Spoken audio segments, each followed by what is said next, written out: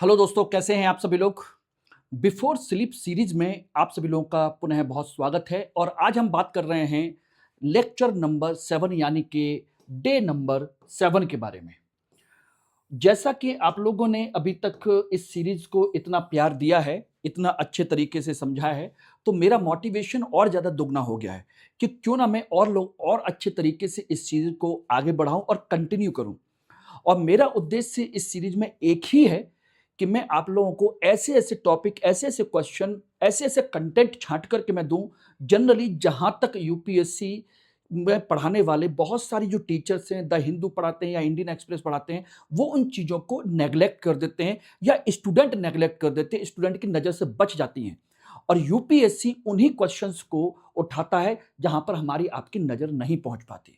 तो मैंने सोचा है कि क्यों ना उसी तरह की चीज़ों को ज़्यादा फोकस किया जाए, क्योंकि जनरल जो चीज़ें हैं वो तो हैं ही, वो तो आप मैगज़ीन में भी पढ़ेंगे, इसमें भी पढ़ेंगे, लेकिन मेरा टारगेट है, प्राइम टारगेट जो है वो एक ही है कि मैं आप लोगों को वो चीज़ प्रोवाइड कराऊँ, जहाँ पर हमारी, आपकी और अन्य लोगों की नज़र नहीं पहुँचती और यूपीएससी उनको देखता है।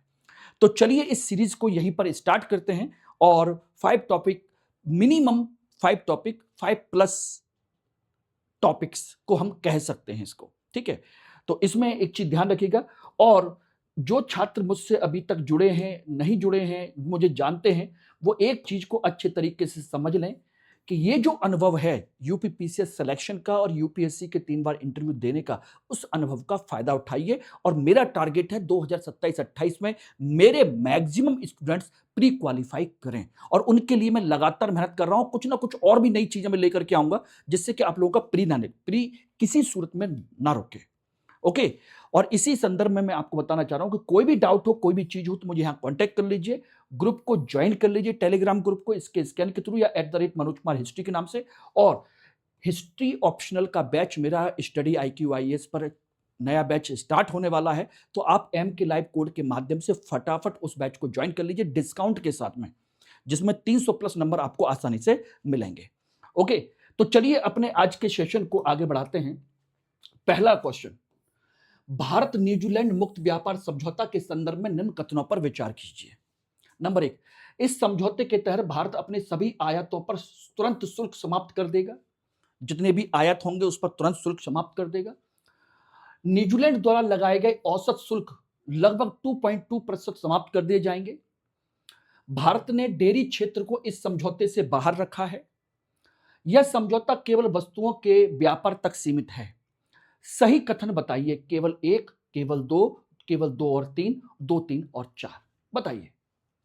अब इसका आंसर देखा जाए तो आज के न्यूज़पेपर की पहली प्राइम हेडलाइन थी आपकी भारत न्यूजीलैंड का फ्री ट्रेड एग्रीमेंट।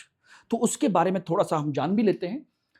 भारत और न्यूजीलैंड के बीच प्रस्तावित फ्री ट्रेड एग्रीमेंट एक द्विपक्षीय समझौता है, जिसका उद्देश्य है कि भारत और न्यूजीलैंड के बीच में जो टैरिफ हैं, जो बाधाएं, उनको खत्म कर दिया जाए या कम से कम कर दिया जाए, ठीक है ना। और निवेश को बढ़ावा दिया जाए, सेवाओं को बढ़ावा दिया जाए, आपूर्ति श्रृंखला को बेहतर करने की कोशिश की जाए। तो ध्यान रखना, वस्तु वगैरह, वस्तु है, सेवा है, निवेश है, सब कुछ इसमें इंक्लूड है।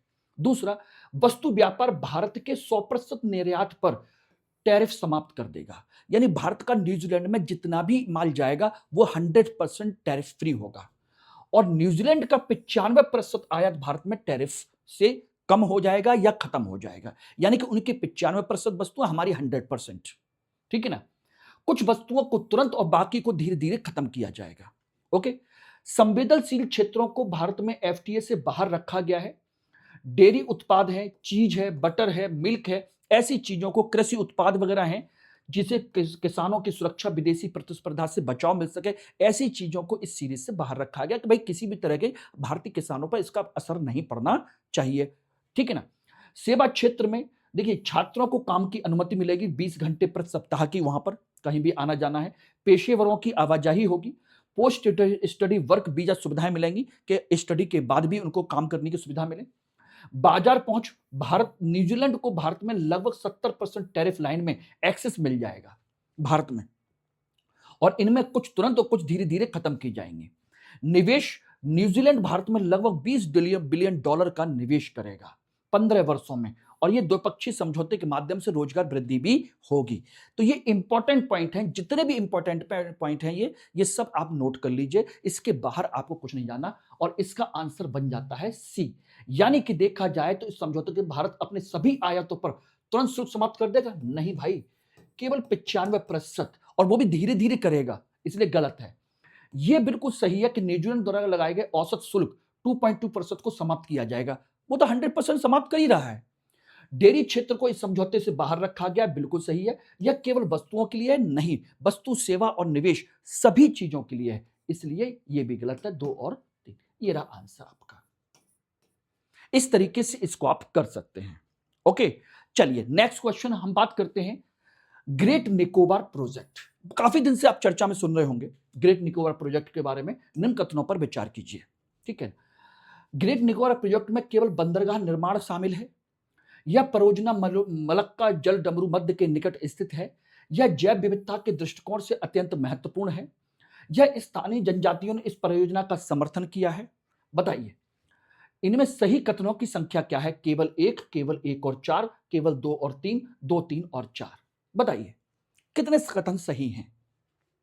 अब बात आती है कि सर ये तो हमने 15-20 दिन पहले पढ़ा था, 1 महीने पहले पढ़ा था, सरकार ने 72,000 करोड़ की परियोजना शुरू की है अंडमान निकोबार के डेवलपमेंट के लिए। तो ये इस समय क्यों?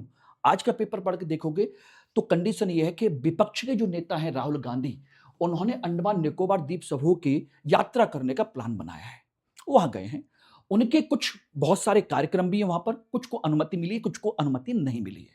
उनमें से सबसे बड़ा मुद्दा यह है कि इस समय अंडमान निकोबार गए हैं और वहां के जो स्थानीय लोग हैं, जनजातियां हैं, वो इस प्रोजेक्ट का विरोध कर रहे हैं, और उनमें उनका जो प्रोग्राम है उन लोगों से मिलने का भी है कि भाई किस आधार पर, किस तरीके से और क्यों विरोध कर रहे हैं, उसके पीछे प्रोविजंस क्या क्या है। तो ये एक बड़ी चीज है कि दौरा ऐसे समय में हो रहा है जब केंद्र सरकार वहां पर एक बड़ा इंफ्रास्ट्रक्चर प्रोजेक्ट शुरू कर रही है, इसलिए चर्चा में है। यह भारत सरकार का एक मेगा इंफ्रास्ट्रक्चर प्रोजेक्ट है, लगभग 72,000 करोड़ रुपए का। इसमें ट्रांसशिप पोर्ट यानी अंतरराष्ट्रीय बंदरगाह बनाया जाएगा, इंटरनेशनल पोर्ट बनाया जाएगा, ग्रीन एयरपोर्ट बनाया जाएगा बिल्कुल नया, टाउनशिप बनाई जाएगी, पावर प्लांट बनाए जाएंगे, और ये सारी चीजें की जाएंगी लोगों के लिए, टाउनशिप वगैरह। और साथ के साथ इसकी जो लोकेशन है वो है गैलाथिया बे क्षेत्र, यानी कि गैलाथिया खाड़ी, वहां पर इसका मेन सेंटर है। ठीक है ना। अब बात आती है इसका महत्व क्या है, जियो स्ट्रेटेजिक महत्व है। यह मलक्का डब्रू मध्य के पास है, वैश्विक व्यापार का प्रमुख समुद्री मार्ग है, यहां से होकर के बहुत बड़े स्तर पर वैश्विक व्यापार होता है, समुद्री व्यापार। भारत की इंडो पैसिफिक स्ट्रेटजी को मजबूत करने में इसकी महत्वपूर्ण भूमिका है, इसमें कोई शक नहीं है। आर्थिक महत्व का भारत को ग्लोबल शिपिंग हब बनाने की दिशा में और रोजगार निवेश की वृद्धि के लिए यह काफी महत्वपूर्ण हो जाएगा, इससे फायदा मिलेगा, इसमें कोई शक नहीं है। और सुरक्षा के पॉइंट ऑफ व्यू से नौसैनिक उपस्थिति मजबूत होगी और चीन के बढ़ते हुए प्रभाव को हम संतुलित कर सकते हैं।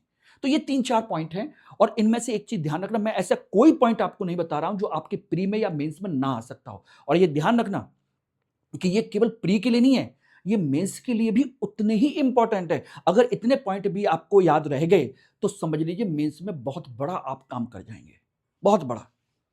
तो इसका आंसर क्या है? बी, यानी कि देखा जाए तो 1 और 4। इसका मतलब सही क्या है? सही कथनों की संख्या क्या है? 1 और 4 नहीं भाई, इसमें यहां पर जो कथन है ये मुझसे मिस्टेक हुई है। पूछा गया है गलत कथनों की संख्या बताइए, गलत कथन कौन से हैं। ठीक है ना, गलत कथन कौन से हैं। तो एक तो ये है और एक आपका ये है। आंसर बिल्कुल सही है, बी ही है, लेकिन यहां पर गलत क्वेश्चन पूछना था, ये मेरी मिस्टेक है, टाइपिंग में जल्दबाजी में किया तो कभी कभी ह्यूमन एरर हो जाता है। ठीक है ना। या पूछा है सही संख्या क्या है, तो 2 और 3 है। यहां पर इसको या तो इस तरीके से कर लीजिए या फिर सी कर लीजिए इसको। ठीक है ना, ध्यान रखिएगा, अगर सही पूछा जाए तो 2 और 3 ये दोनों बिल्कुल सही है।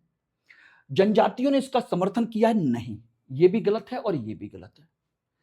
तो अगर गलत क्वेश्चन पूछा गया है तो ये, और सही पूछा गया है तो ये, इसको इस तरीके से टिक कर लीजिएगा। ओके, बात समझना, ये एक इंपॉर्टेंट था। अब इसके विरोध के कारण क्या थे कि विरोध क्यों किया गया है? देखिए, स्थानीय जनजातियां, जो यहां की सोम्पेन जनजाति है, निकोबारी जनजाति है, उनका आरोप है कि उनका विस्थापन हो जाएगा, पारंपरिक भूमि अधिकार का उनका नुकसान होगा जो उनके भूमि के अधिकार मिले हुए हैं। दूसरा, पर्यावरणीय चिंता, ग्रेट निकोबार बायोडायवर्सिटी हॉटस्पॉट है। बड़े पैमानों पर जब ये प्रोजेक्ट बनेगा तो बड़े पैमाने पर वन कटेंगे, एंडेंजर्ड स्पीसीज पर इसका खतरा बनेगा जो ऑलरेडी एंडेंजर्ड है, ठीक है ना। सबसे बड़ी चीज है लेथरबेक टर्टल नेस्टिंग साइट। यहां पर सोचिएगा, लेथरबेक यानी कि चमड़े की पीठ वाले जो आपके क्रोकोड होते हैं, कछुए होते हैं, वो यहां पर अंडे सेने के लिए आते हैं, बड़ी मात्रा में आते हैं। तो वो वहां पर उनकी सबसे बड़ी समस्या हो जाएगी क्योंकि उनके घोंसले हैं वहां, वो खतरे में पड़ जाएंगे। कानूनी और प्रशासनिक समस्या भी है इस चीज की। फॉरेस्ट राइट एक्ट 2006, इसको भी आप पढ़ लीजिएगा। फॉरेस्ट राइट एक्ट का पालन नहीं होने का आरोप, कि अब तक सोचिएगा वहां के लोगों के लिए फॉरेस्ट राइट एक्ट ही ढंग से लागू नहीं किया है, तो आगे वाले इन सब चीजों पर कैसे विश्वास करें। ट्राइबल काउंसिल ने कंसेंट वापस ले लिया। एक्चुअली में क्या है कि जहां पर ट्राइबल कंसेंट की जरूरत होती है, तो आप जानते हैं आपका जो अनुसूची 5 और अनुसूची 6 जो होती है, उसमें अगर आप कुछ करते हैं जो जनजातीय क्षेत्रों में, वहां की पंचायतों की अनुमति आवश्यक होती है। तो इन्हीं सब चीजों की वजह से वहां की जो काउंसिल है उन्होंने अनुमति वापस ले ली और साइन सरेंडर सर्टिफिकेट का दबाव बनाया जा रहा है कि भाई जबरदस्ती इसको साइन करो। लोकतांत्रिक प्रक्रिया पर सवाल, स्थानीय सहमति पर विवाद, प्रोजेक्ट क्लियरेंस पर ट्रांसपेरेंसी की कमी है क्योंकि जबरदस्ती उन पर साइन करवाने के लिए दबाव बनाया जा रहा है, ये है। और ऐसे में राहुल गांधी वहां जाते हैं, कुछ ऐसा कंडीशन बनती है, तो सोचिए प्रोजेक्ट पर क्वेश्चन मार्क लग जाएगा। तो ये बहुत बड़ा मुद्दा था, ठीक है। चलिए अगला क्वेश्चन बहुत इंपॉर्टेंट क्वेश्चन है, इतिहास का है, समझ लीजिएगा। क्वेश्चन है, होमोसेपियंस ने निएंडरथल की तुलना में अधिक सफलता प्राप्त की। ओके। दूसरा, होमोसेपियंस के पास अधिक विकसित सामाजिक नेटवर्क था। कथन और कारण बताइए कौन सा सही है। दोनों सही है, कारण एक ही सही व्याख्या करता है, दोनों सही है व्याख्या नहीं करता है। ए सही है, आर गलत है, ए गलत है, आर सही है। बताइए। यह बात हम अच्छे तरीके से जानते हैं कि आज से 4 लाख साल पहले यूरोप में 2 प्रजातियां थी। एक दोनों माइग्रेट होकर के वहां पहुंची। एक थी निएंडरथल जो उस समय की सबसे मजबूत, ताकतवर, शक्तिशाली प्रजाति थी, इसमें कोई शक नहीं है। लेकिन वो उसके बराबर में ही दूसरी प्रजाति भी थी, होमोसेपियंस, जो हम हैं। दोनों के बीच में टकराव की हमको इतिहास की जानकारी मिलती है कि टकराव हुआ। कुछ कहते हैं कि नहीं, टकराव नहीं बल्कि आपस में समामेलन हुआ, क्योंकि हमारी बॉडी में जब हम डीएनए का डिसेक्शन करते हैं, डीएनए एनालिसिस करते हैं, तो 5% निएंडरथल की प्रजाति के हमको अंश मिलते हैं, बाकी 95% होमोसेपियंस के हैं। इसका मतलब मिक्सअप हुआ था। लेकिन होमोसेपियंस क्यों बच गए, निएंडरथल क्यों खत्म हो गए? तो लोग कहते थे कि पहले कंडीशन ये थी कि जो निएंडरथल थे उनके विलुप्त होने का कारण क्लाइमेट चेंज नहीं था, जलवायु परिवर्तन के सामने वो टिक नहीं पाए थे, ऐसा माना जाता था।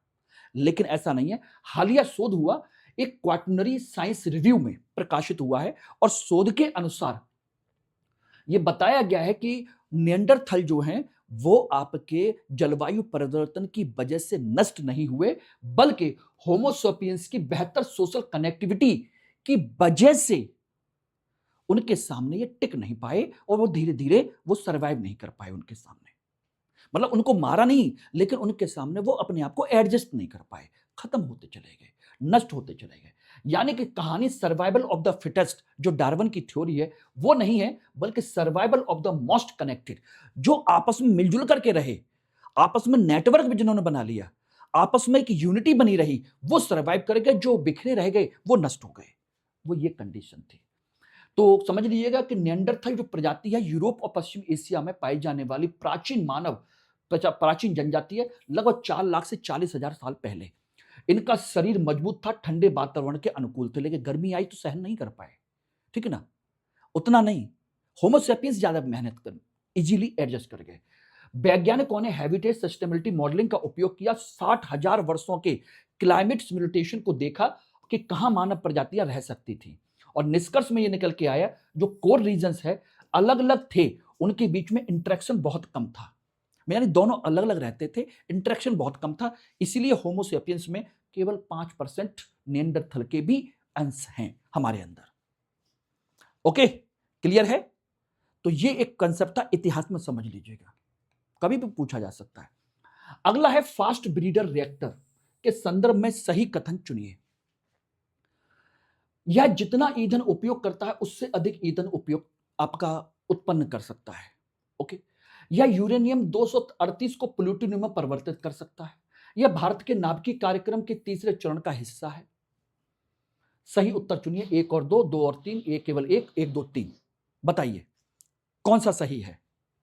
तो इसके अंतर्गत अगर हम बात करें तो ये क्वेश्चन क्यों बना है? देखिए दोस्तों, ये क्वेश्चन बना है इसलिए कि अभी हाल ही में आपके प्रधानमंत्री ने, कल की तो बात है, मन की बात कार्यक्रम में मोदी जी ने फास्ट ब्रीडर रिएक्टर के बारे में एक बहुत इंपॉर्टेंट इंफॉर्मेशन दी थी कि भारत की जो नाभिकीय परमाणु ऊर्जा कार्यक्रम है वो क्रिटिकल स्टेज तक पहुंच गया, specially fast breeder reactor. Critical stage, अब ये क्या होता है क्रिटिकल स्टेज? क्रिटिकल स्टेज एक ऐसी स्टेज होती है जहां पर जब हम दो नाभिकीय चीजों का बम्बार्डमेंट कराते हैं, उनको तोड़ते हैं, तो उनसे उतने और से उससे भी कहीं ज्यादा आपके न्यूट्रॉन बाहर रिलीज होते हैं। और जब ऐसी प्रक्रिया बनना शुरू हो जाती है तो वो अगले दूसरे अन्य मटेरियल को तोड़ने की कोशिश करते हैं, एक चेन रिएक्शन बन जाता है नाभिकीय विखंडन में। ठीक है ना? तो हमने उस लेवल को अचीव कर लिया है, ये उन्होंने बताया था। तो ये रहा, इसीलिए उस कंडीशन में देखा जाए तो मैं आपको बता दूं कि इसका आंसर है ये, और ये दोनों सही है, यानी कि आंसर ए सही है, ये गलत है। क्यों? क्योंकि ये दूसरे तीसरे चरण नहीं बल्कि दूसरे चरण का हिस्सा है। दूसरे चरण का भारत का जो परमाणु ऊर्जा कार्यक्रम है वो उसके 3 चरण हैं, पहला, दूसरा, तीसरा। पहला जो चरण है, अगर आपको मैं बताऊं तो ध्यान रखिएगा, साफ साफ पहला चरण है प्रेशराइज्ड हैवी वाटर रिएक्टर का चरण, जिसमें हम यूरेनियम इस्तेमाल करते हैं, प्लूटोनियम थोड़ा बहुत निकलता है, नेचुरल यूरेनियम का इस्तेमाल करते हैं, प्लूटोनियम बनता है थोड़ा सा। ओके, दूसरा स्टेज है एफवीआर, फास्ट ब्रीडर रिएक्टर, तीव्र गति के न्यूट्रॉन का बम्बार्डमेंट, और उससे ज्यादा, ब्रीडर का मतलब होता है ब्रीड करना, पैदा करना, फास्ट ब्रीडर रिएक्टर। तो उस समय हम प्लूटोनियम का उपयोग करके नया ईंधन और प्लूटोनियम बनाते हैं। इसमें हम यूरेनियम भी मिलाते हैं, प्लूटोनियम मिलाते हैं, तो उससे कहीं ज्यादा हमको प्लूटोनियम मिलता है। और ये जो प्लूटोनियम मिलता है वही आपके थर्ड स्टेज में जाकर के थोरियम के साथ उसको मिलाकर के यूज किया जाएगा। तीसरा चरण हमारा थोरियम बेस्ड है, और इंडिया के पास इतना ज्यादा थोरियम है कि हम विश्व की बहुत सारे देशों की ऊर्जा को हम हमेशा के लिए खत्म कर सकते हैं, लगभग 100 साल तक के लिए। यह कहा जाता है कि लगभग भारत के पास 95% थोरियम है दुनिया का, और इतना थोरियम है कि हम 100 साल तक पूरी दुनिया को 24 घंटे बिजली उपलब्ध कराएंगे, तब भी थोरियम खत्म नहीं होगा, ऐसा माना जाता है। अब कितना सच है कितना नहीं है, लेकिन ऐसा कहा जाता है। और इसलिए भारत सरकार ने शुरू से, अभी से नहीं, जब से हमारा न्यूक्लियर प्रोग्राम स्टार्ट हुआ तब से हमने तीसरा चरण इसी के लिए बनाया है, विशाल थोरियम भंडार का उपयोग करना है। और एफजीआर जो है, प्रोटोटाइप फास्ट ब्रीडर रिएक्टर, ये हमारा सबसे बड़ा मुद्दा है। तो प्रधानमंत्री नरेंद्र मोदी ने बताया कि कल्पक्कम का fast breeder reactor critical stage तक पहुंच गया है। इससे भारत की न्यूक्लियर रिएक्टर का एक नया माइलस्टोन हमको मिला है। क्रिटिकल जब चेन रिएक्शन होता है सेल्फ सस्टेनिंग हो जाती है, और सेल्फ सस्टेनिंग मतलब जितने न्यूट्रिएंट पैदा होते हैं उससे ज्यादा रिएक्शन को जारी रखते हैं, यानी कि चेन रिएक्शन स्टार्ट हो जाता है प्रॉपर तरीके से। ये कहां पर है? कल्पक्कम में है, Indira Gandhi centre for atomic research में है। प्रोटोटाइप फास्ट ब्रीडर रिएक्टर है, यानी कि अभी हमने प्रोटोटाइप बनाया है आधे लेवल का, और एक एडवांस भी बन सकता है, उसके बाद हम बनाएंगे उसको। और इसकी अभी कैपेसिटी कितनी है? 500 मेगावाट एनर्जी की है। ठीक है ना? तो फास्ट ब्रीडर रिएक्टर जितना कंज्यूम करते हैं उससे कहीं ज्यादा ये पैदा करते हैं, इसी को कहते हैं। ये रहा। Okay, clear? चलिए, अगला क्वेश्चन है, अभी हाल ही का लगातार आप देख रहे हैं कि भारत का रुपया डे बाई डे विदेशी मुद्रा की तुलना में लगातार गिर रहा है, डाउनवर्ड हो रहा है, जिसको हम क्या कहते हैं? अवमूल्यन या डेप्रिसिएशन कह सकते हो। अब डेप्रिसिएशन होता है तो इसके संदर्भ में निम्न कथनों पर विचार कीजिए। रुपए के अवमूल्यन से आयात सस्ते होते हैं, यह आयातित मुद्रास्फीति को बढ़ाता है, इससे निर्यातकों को लाभ हो सकता है, इससे सोने की कीमतों पर कोई प्रभाव नहीं पड़ता है। बताइए कौन से कितने कथन सही हैं? केवल 1, केवल 2, केवल 3, सभी 4? बताइए। तो आपको बताएं कि रुपए की जब कीमत गिरती है तो डॉलर की कीमत बढ़ती है, ठीक है ना। और डॉलर की कीमत बढ़ती है तो इसका मतलब क्या है कि हम जब निर्यात करते हैं तो हमारा निर्यात सस्ता हो जाता है, क्योंकि डॉलर आता है तो हमारी वस्तुएं ज्यादा खरीद के लेके जा सकता है। तो हमारा जो निर्यात होता है वो सस्ता हो जाता है और आयात महंगा होता है। इसीलिए ये स्टेटमेंट हमारा गलत है। और जब आयात महंगा होता है तो हमारी आयातित महंगा मुद्रास्फीति, जैसे मान के चलिए कि आज $1 80 का है और हमने तेल मंगाया, $100 का एक बैरल तेल है, तो $100 के लिए $80 के हिसाब से हमने कितने पैसे दिए उनको? $8,000 मान के चलना, एक बैरल के $8,000। और वही अगर हमारा ₹1 इक्वल टू $90 हो जाए, तो $1 इक्वल टू $90 हो जाए, तो हमें ₹9,000 देने पड़ेंगे। तो हमारे लिए एक बैरल $9,000 का पड़ेगा। हो गया आयात महंगा, आयातित मुद्रास्फीति। अब महंगा तेल मंगाएंगे केवल रुपए और डॉलर के अंतर से, तो हमारे यहाँ महंगाई भी आएगी। निर्यातकों को लाभ होता है, बिल्कुल। हम जब यहां से निर्यात करते हैं तो ये लाभ होता है, बिल्कुल सही है। सोने की कीमत पर कोई प्रभाव पड़ता है? ऐसा नहीं है। इंटरनेशनल लेवल पर जब हम सोना खरीदते हैं तो उसकी कीमत डॉलर में बढ़ती है, और डॉलर में बढ़ती है तो सोचिएगा जब उसको रुपए में कन्वर्ट करेंगे तो हमारे सोने की कीमत भी बढ़ जाएगी। इसलिए इस समय आप देख रहे होंगे सोने की कीमत भी बढ़ रही है। तो ये भी गलत है। तो आंसर है आपका ये दो। तो आपका आंसर है केवल दो कथन सही हैं, ये और ये। तो रुपए का अवमूल्यन भारतीय रुपए की अमेरिकी डॉलर के मुकाबले गिरती है, उस स्थिति को कहा जाता है। इससे हमारा इंपोर्टेड इन्फ्लेशन यानी कि आयात महंगा होता है, इसलिए महंगाई भी बढ़ती है।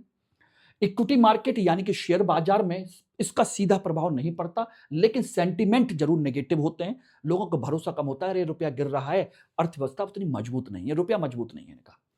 बॉन्ड मार्केट में इन्फ्लेशन बढ़ता है तो इंटरेस्ट भी बढ़ता है। बॉन्ड मार्केट यानी कि कंपनियां हमसे बॉन्ड के थ्रू पैसा लेती हैं, वो डॉलर में भी करती हैं, कैसे भी करती हैं। तो उनका सोचिएगा, उनका इन्फ्लेशन बढ़ता है, उनका महंगाई बढ़ती है, तो उनको ज्यादा ब्याज भी देनी पड़ती है। फिर हमको ज्यादा ब्याज देनी पड़ेगी तो उनको नुकसान होता है। गोल्ड इन्वेस्टमेंट सबसे बड़ा फायदा, गोल्ड इंटरनेशनल प्राइस डॉलर में तय होता है। जब रुपया कमजोर होता है तो सोचिए रुपए में उसकी कीमत बढ़ जाती है। यह है कंसेप्ट। विदेश यात्रा, शिक्षा, विदेशी चीजें, ये सब महंगी हो जाती हैं कुल मिलाकर के। अब बताइए ये सारी चीजें क्लियर हुई कि नहीं हुई? पांचों। और मैंने इसमें एक से बढ़कर एक कंसेप्ट को मैंने डिस्कस करने की कोशिश की है, इसको अच्छे से पढ़िएगा। अब एक दो टॉपिक आपके और भी हैं। Doppler weather radar. अभी रिसेंटली हाल ही में Indian Institute of Tropical Meteorology ने महाबलेश्वर में X band Doppler weather radar स्थापित किया है, जो मिशन मौसम के अंतर्गत बनाया गया है। ध्यान रखना, यह एक प्रकार का रडार है जो डॉपलर प्रभाव का उपयोग करता है, और यह केवल वस्तु की स्थिति ही नहीं बल्कि उसकी गति भी मापता है कि कोई भी चीज आ रही है या जा रही है, उसको भी मेजर करता है। ठीक है ना, दो चीजें। यह रडार एंटीना से रेडियो वेव्स भेजता है, जो तरंगें वर्षा, बादल, बर्फ इनसे टकरा करके वापस आ जाती हैं। तो उससे उनकी स्पीड भी पता चल जाती है, लोकेशन भी पता चल जाती है। इससे हमें वेदर की सही जानकारी मिल सकती है कि बादल कब आ रहे हैं, आंधी कब आ रही है, बारिश कब होगी, कैसे होगी, ओले पड़ेंगे कि नहीं पड़ेंगे, ये सारी चीजें आपको इंफॉर्मेशन दे सकता है। यस, ठीक है ना। तो इसमें कंसेप्ट यही है कि ये जब इसकी जो रेंज जो है, तरंगें जब जाती हैं और आती हैं, उसी हिसाब से उसकी दूरी और सारी फ्रीक्वेंसी में परिवर्तन उसकी गति को बताता है। क्लियर? एक है हिंदू कुश हिमालय, बड़ा इंपॉर्टेंट है आपके इकोलॉजी एनवायरमेंट के लिए।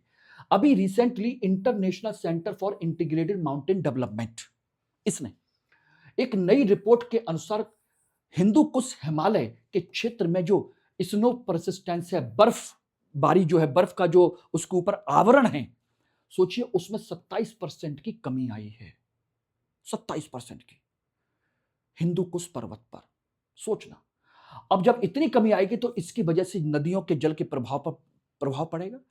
अचानक नदियों में पानी बढ़ेगा या कुछ समय के बाद पानी कम हो जाएगा, नदियां सूखने लगेंगी। जो आपकी पहाड़ी नदियां हैं वो सूखने भी लग सकती हैं और स्टार्टिंग में पानी बढ़ भी सकता है। इससे कृषि पर, जल सुरक्षा पर, ऊर्जा पर, हाइड्रो पावर प्लांट पर, सब पर इसका नेगेटिव पॉजिटिव इफेक्ट पड़ेगा। दक्षिण एशिया की करोड़ों आबादी सोचिए इसी पर निर्भर करती है। अब कहोगे ऐसा क्यों? क्योंकि हिंदू कुश जो हिमालय है, वो ध्यान रखिएगा सबसे महत्वपूर्ण चीज, आपके कम से कम आपके 8 देशों में ये फैला हुआ है। जो इसको रेंज को करता है, ये रहे आपके 8 देशों को कवर करता है। हिंदू कुश हिमालय पूरा का पूरा जो रेंज है 8 देशों को, तो यहां पर रहने वाली जनसंख्या पर इसका प्रभाव पड़ेगा ही पड़ेगा। और इसे एक थर्ड पोल भी कहा जाता था। थर्ड पोल क्यों कहते थे कि भाई देखिए, जो उत्तरी ध्रुव है, दक्षिणी ध्रुव है, अंटार्कटिका है या आर्कटिक क्षेत्र, वो तो बर्फीले हैं, लेकिन उनके बाद में किसी भी ध्रुव के अलावा सबसे ज्यादा बर्फ इसी क्षेत्र में थी। सबसे ज्यादा ये रही। दुनिया का सबसे बड़ा स्थायी हिम कवर क्षेत्र यही था, ध्रुवों से बाहर। ये एक बहुत बड़ा मुद्दा है। और यहां की एक चीज जरूर याद रख लीजिएगा, यहां की सबसे ऊंची पर्वत जो चोटी है हिंदू कुश रेंज की, वो है त्रिचमीर, 7708 मीटर ऊंची है। यहां से 10 प्रमुख नदियां, एशियाई नदियां यहां से निकलती हैं। अमू दरिया है, सिंधु है, गंगा है, ब्रह्मपुत्र है, इरावदी है, साल्वीन है, मेकोंग है, यानसे हांग है, ठीक है ना, तारिम बेसिन है। ये सारी नदियां हैं जो इसी पूरी रेंज से निकलती हैं। अब आप देख लीजिए। तो आज की क्लास आप लोग जरूर बताइएगा आज की क्लास कैसी लगी कमेंट सेक्शन में। Thank you very much. कल मिलते हैं फिर नए टॉपिक के साथ में।